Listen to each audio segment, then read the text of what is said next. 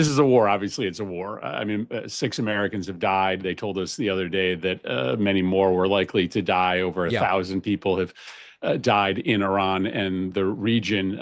This is costing probably $1 billion at least a day.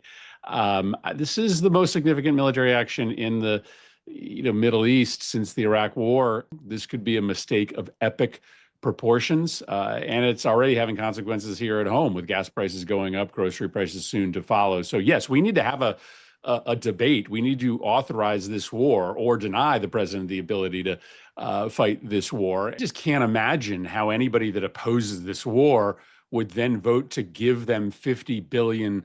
I mean, what we've seen thus far is gross incompetence. They had no plan to get Americans out of the region. They still have no viable plan. They seem to be rooting for civil war inside Iran. There's now news that the administration is encouraging Iraqi Kurds to invade Iran, setting Yes. off what will likely be a new bloody conflict. That they did not obliterate the nuclear program. But it is also true that air power alone cannot obliterate their nuclear program. What Iran has been doing is burying it deeper underground in a way that air power cannot reach.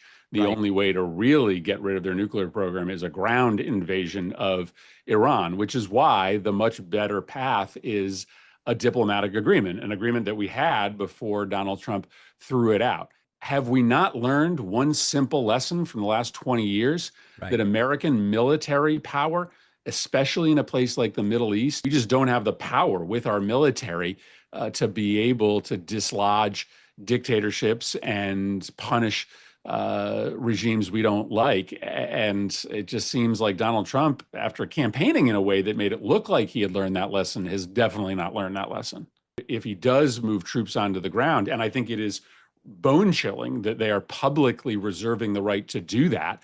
If it's a ground invasion, then it's a military mistake of historic proportions. Then you were Hmm. talking about not dozens or hundreds of Americans dying, as will likely be the case here. You're talking about thousands of Americans dying. You were talking about a nation obsessed with a new war.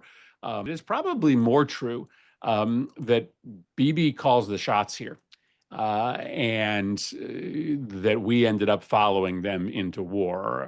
That's a really um, just a really amazing sign and signal of American weakness, if that's the truth, and it probably is some version of the truth.